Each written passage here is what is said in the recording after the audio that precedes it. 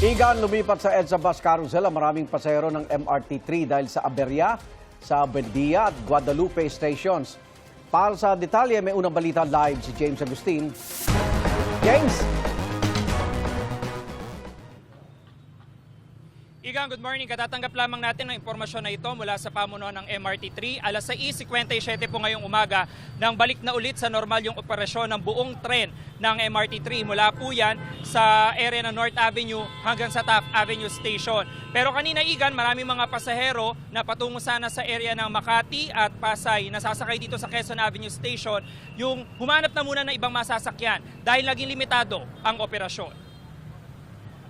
Sa anunsyo ng pamunuan ng MRT3 kanina, nagpatupad ang limitadong operasyon mula sa North Avenue hanggang sa Shaw Boulevard stations sa parehong northbound at southbound bandang alas 5:50 ng umaga. Ang dahilan niyan, technical issue sa pagitan ng Buendia at Guadalupe stations. Nagkaroon ng problema ang isa nitong tren na tinutugunan na ngayon. Humingi na paumanhin at pangunawa ang pamunuan ng MRT3 sa abalang na idulot ito sa mga pasahero.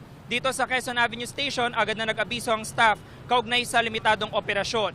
Kaya ang ilang pasahero na patungo sa Makati at Pasay, hindi na muna tumuloy kanina. Ang iba, sasakay na lang daw sa EDSA Carousel. May mga nag-book din ng TNVS at motorcycle taxi.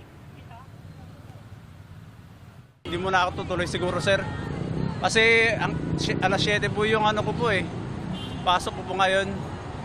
Baka hindi na po ako makakapasok po ng site po namin. Hindi ko alam kung anong problema, bakit Shaw Boulevard lang eh. Pero siguro magkakarousel na lang ako.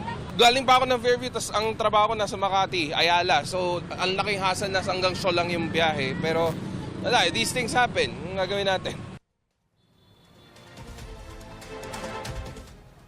Samantala, Igan, papakita ko lamang yung sitwasyon dito sa Quezon Avenue Station ngayon. Marami-rami mga pasahero na papasok pa rin sa estasyon dahil isa to dun sa mga estasyon ng MRT na marami talagang pasahero tuwing umaga. At nawala na yung staff dito sa may bandang harapan na nag-aanunsyo na limitado yung operasyon. Dahil nga alas 6:57 ngayong umaga, inanunsyo ng pamunuan ng MRT3 na balik na sa normal yung mismong operasyon mula North Avenue hanggang Taft Avenue. Pero dahil nga po yan, may epekto pa rin ngayon yung naging aberya, halos isang oras kasi na naging limitado yung operasyon nitong MRT3, kaya naipon din yung mga pasahero. Yan muna yung latest mula po rito sa Quezon City.